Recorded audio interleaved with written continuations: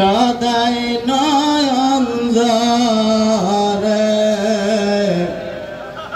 নয়ন জলে কলসি ভরিলাম গো বাবা বাসরে বাজাইয়া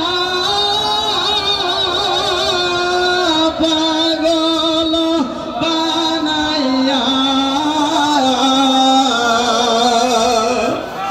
বাবা বাসরে বাজাইয়া পাগল বানাইয়া কত দেশ বিদেশে আমায় ঘুরাইলা গো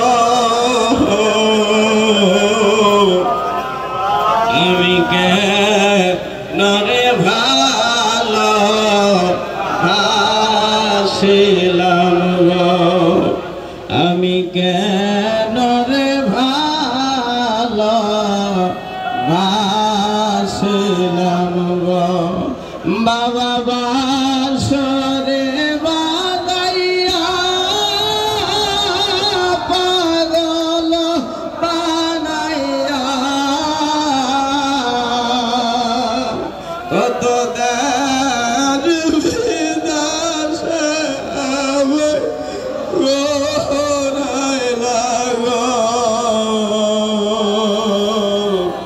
আমি কেনারে ভালো ভাসিলাম গো ভাইরা আজকে আমরা যেই মনের মকসুদ নিয়ে যে উদ্দেশ্য নিয়ে আজকে এখানে হাজির হয়েছি উপস্থিত হয়েছি আমাদের প্রিয় ভাই আমাদের আত্মার ভাই আমাদের কলিজার ভাই আমাদের আব্দুল কাদের ভাই তিনি দুনিয়া থেকে বিদায় হয়ে গেছেন দুনিয়া থেকে বিদায় হয়ে গেছেন সে ভাইয়ের জন্য দোয়া করার জন্য সে ভাইয়ের আত্মার মাগফিরাতের জন্য আল্লাহর দরবারে দোয়া করার জন্য আমরা জাকির ভাইরা মুসলমান ভাইরা ধর্মপ্রাণ ভাইরা একত্রিত হয়েছি ভাইরা আমার আব্দুল কাদের ভাই আমার মহান মুর্শিদের কেমন আশিক ছিল জীবনে কোনোদিন এখানে তার বাড়িতে কোনো দিন তিনি একটা বাড়িও করে নাই জীবনে যা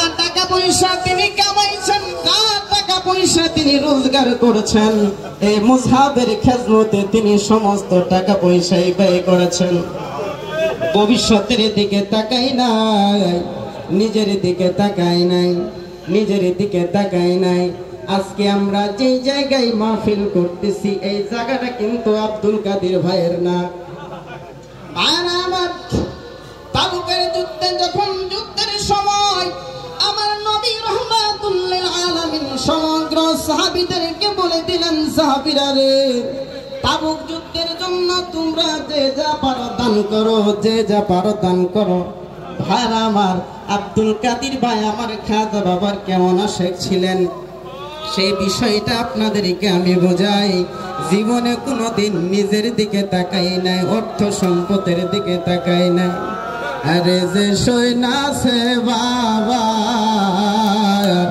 মধুর বাড়ি সে কি ঘরে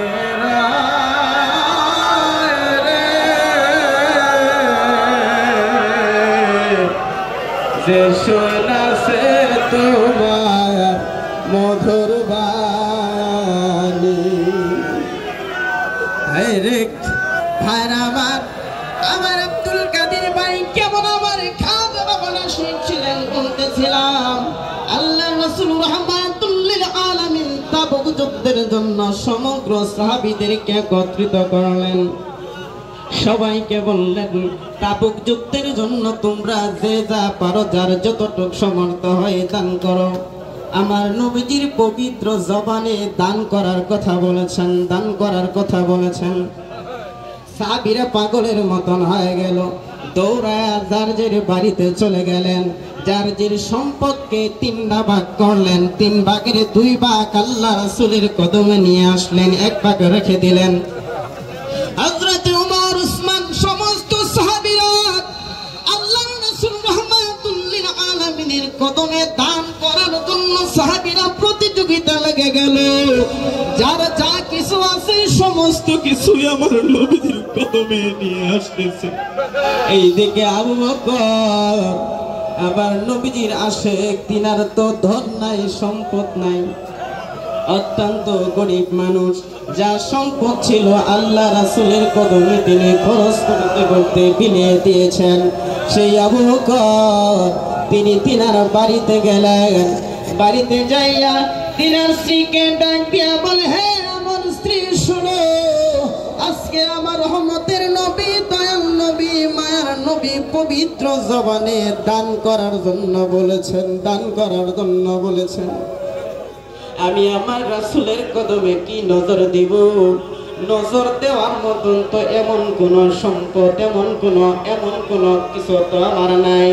সেই আবু বকর রাদিয়াল্লাহু তাআলা তিনার স্ত্রীকে বললেন, স্ত্রী আমার ঘরের ভিতরে যা কিছু আছে সমগ্র কিছু একটা বস্তার ভিতরে ভরিয়া দিয়ে দাও। সেই ঘরের ভিতরে গেলেন। একজন মানুষের দৈনন্দিন জীবন চলার জন্য যা কিছু প্রয়োজন হয় সমস্ত কিছু একটা বস্তার ভিতরে তিনি ভরলেন।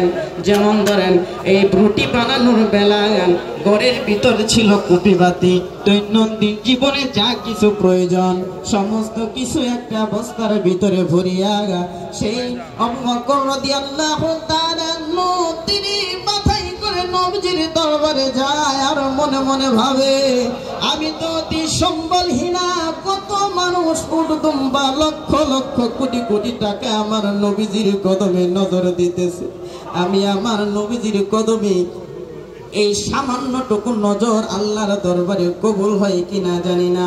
কাঁদতে কাঁদতে চোখের পানি সারতে সারতে নূর নবীজির দরবারে হাজির হয়ে গেলেন। মহব্বত করিয়া ভালোবাসিয়া এই অল্প নজরটুকু তিনি নিয়ে আমার নবীজির দরবারে গেলেন। আল্লাহ রাসূল সমগ্র সাহাবীদেরকে ডাক দিলেন, কে কি দান করেছেন শুনতেছেন আমার নবীজি পবিত্র জবানি। কে কি দান করেছেন? একজন সাহাবী বললেন, ইয়া রাসূলুল্লাহ আমি 100 উট দিয়েছি। আরেকজন বললেন, ইয়া রাসূলুল্লাহ আমি 40 মণ খেজুর দিয়েছি। এভাবে সমস্ত সাহাবীদের নজরানার কথাগুলো আমার নবীজি শুনতেছেন।